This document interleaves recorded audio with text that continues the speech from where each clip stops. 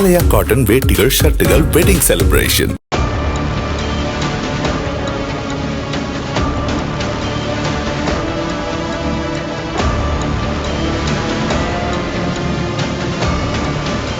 கிருஷ்ணகிரி மாவட்டம் தளி அருகே உள்ள கெப்ரே தொட்டி கிராமத்தைச் சேர்ந்தவர் சாமப்பா. கூலி தொழிலாளியான இவருக்கும் அதே பகுதியைச் சேர்ந்த பாக்யா என்பவருக்கும் 15 ஆண்டுகளுக்கு முன்பு திருமணமாகி 2 மகன்கள் மற்றும் ஒரு மகள் உள்ளனர். கடந்த சில ஆண்டுகளாகவே கணவன் மனைவி இருவரும் வனக்கனப்பள்ளி பகுதியைச் சேர்ந்த பால்ராஜ் என்பவருக்கு சொந்தமான அகலக்கோட்டையில் உள்ள நர்சரி பண்ணையில் வேலை செய்து வந்தனர்.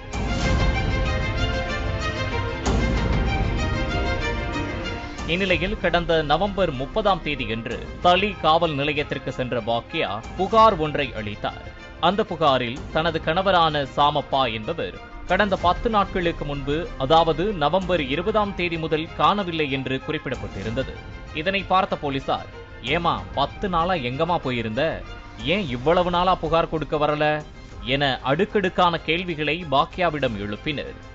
என்ன சொல்வதென்று தெரியாமல் திருதிருவென முழித்த பாக்யாவின் மீது போலீசாருக்கு சந்தேகம் ஏற்பட்ட நிலையில் அங்கிருந்த பெண் போலீசார் பாக்யாவிடம் விசாரணை நடத்தினர்.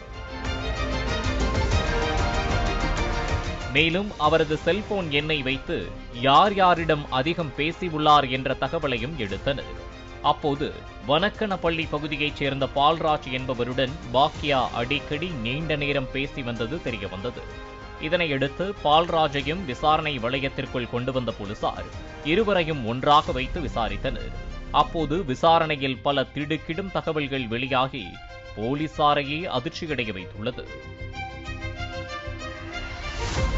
நர்சரி பண்ணை நடத்தி வந்த பால்ராஜ் பாக்யாவிற்கு வேலைக்கான கூலி பணம் மட்டுமின்றி குடும்ப செலவிற்கும் அவ்வப்போது கூடுதலாக பணத்தையும் கொடுத்து வந்துள்ளார். இதனைத் தொடர்ந்து பாக்யாவிற்கும் அவரது முதலாளி பால்ராஜிற்கும் இடையே இருந்த உறவு தொழிலாளி முதலாளி என்கிற உறவை தாண்டி தகாத உறவாக மாறியதாக சொல்லப்படுகிறது. பாக்யாவின் கணவர் சாமப்பா இல்லாத நேரங்களில் நர்சரி பண்ணையிலேயே பாக்யாவும் பால்ராஜும் தனிமையில் இருந்து வந்ததாக கூறப்படுகிறது. இருவரும் தனிமையில் இருப்பதற்கு சாமப்பா இடையூறாக இருப்பதால் பாக்யாவும் பால்ராஜும் சேர்ந்து சாமப்பாவை தீர்த்து கட்ட முடிவு செய்துள்ளனர். எப்படி தீர்த்து கட்டுவது? இங்கு கொலை செய்தால் தெரிந்துவிடும், அதுவும் நமக்கு அந்த தைரியம் இல்லை. அதனால் யாரிடமாவது பணத்தை கொடுத்து கொலை செய்ய ஏற்பாடு செய்யலாம் என இருவரும் சேர்ந்து திட்டம் தீட்டியுள்ளனர். அதுவும் கொலை செய்பவன் நம்பிக்கைக்கு உரியவனாக இருக்க வேண்டும் என பால்ராஜ் முடிவு செய்துள்ளார். அதன்படி பக்கத்து ஊரான மஞ்சகிரி கிராமத்தைச் சேர்ந்த 25 வயது சீனிவாசனை பால்ராஜ் அழைத்து, இன்னும் 10 நாள்ல உனக்கு கல்யாணமாமே, பணத்துக்கு ரொம்ப கஷ்டப்படுறான்னு கேள்விப்பட்டேன், உனக்கு ஒரு வேலை தரேன், அதை மட்டும் முடிச்சு கொடு, நான் பணம் தரேன் என கூறியுள்ளார். பண தேவையில் இருந்த சீனிவாசன் என்ன வேலை என கேட்க பால்ராஜோ சாமப்பா என்பவரை கொலை செய்து விடு, 2.5 லட்சம் ரூபாய் தருகிறேன் என விலை பேசியுள்ளார். அதற்கு சம்மதம் தெரிவித்த சீனிவாசன், ஆனால் ஒரு கண்டிஷன், எனது நண்பர் ஒருவரையும் துணைக்கு அழைத்துக் கொள்வதாக கூறியுள்ளார். நீ யார வேணாலும் இதுக்கு கூப்பிட்டுக்கோ என கூறி 2.5 லட்சம் ரூபாய் பணத்தை பால்ராஜ் கொடுத்துள்ளார். பணத்தை வாங்கிய சீனிவாசன் தனது நண்பரான கெப்ரே தொட்டி கிராமத்தைச் சேர்ந்த மற்றொரு சீனிவாசன் என்பவரை அழைத்து 1,30,000 ரூபாய் பணத்தை கொடுத்துவிட்டு நடந்தவற்றை கூறியுள்ளார். பின்னர் இருவரும் மது அருந்துவிட்டு எப்படி கொலை செய்வது, எங்கு கொலை செய்வது என யோசித்துக் கொண்டிருந்துள்ளனர். அப்போது மஞ்சகிரி சீனிவாசன், நாம் சாமப்பாவை கொலை செய்தால் போலீசாரிடம் மாட்டிக்கொள்வோம், அதுவும் இன்னும் 10 நாளில் எனக்கு திருமணமாக போகிறது, இந்த நேரத்தில் ரிஸ்க் எடுக்க வேண்டாம், அதனால் சாமப்பாவை அழைத்துச் சென்று கர்நாடக மாநிலத்தில் எங்காவது ஒரு 3 மாதம் விட்டு விடலாம், அதற்கு பிறகு சாமப்பா திரும்பி வந்ததும் பிரச்சனை இருக்காது, பணத்தையும் திருப்பி கேட்க முடியாது என பேசி முடிவெடுத்துள்ளனர்.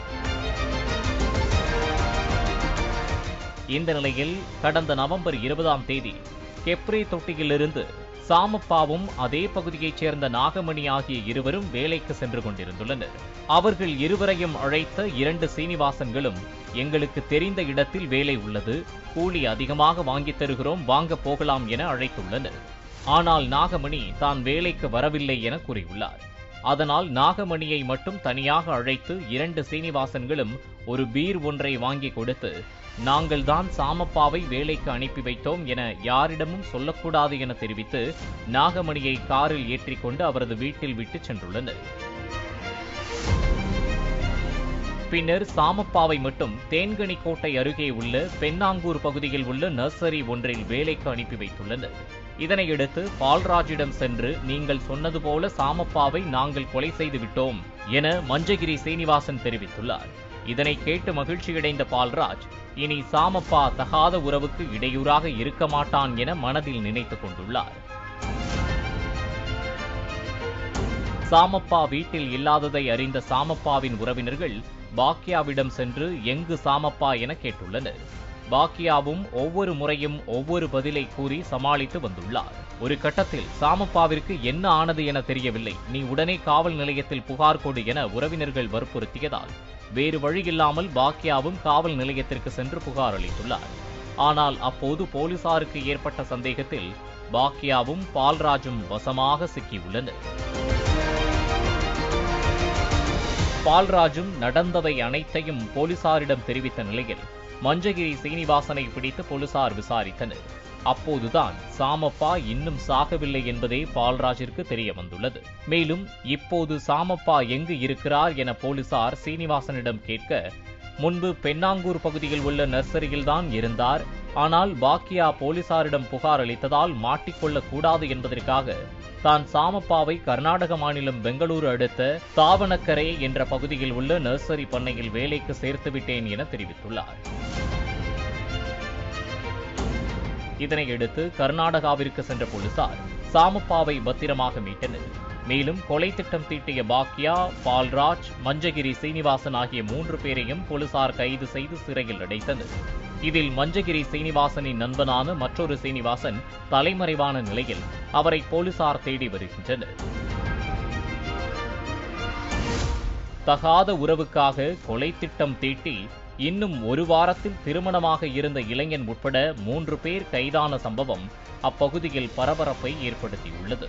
பாலிமர் செய்திகளுக்காக கிருஷ்ணகிரி செய்தியாளர் சத்யா.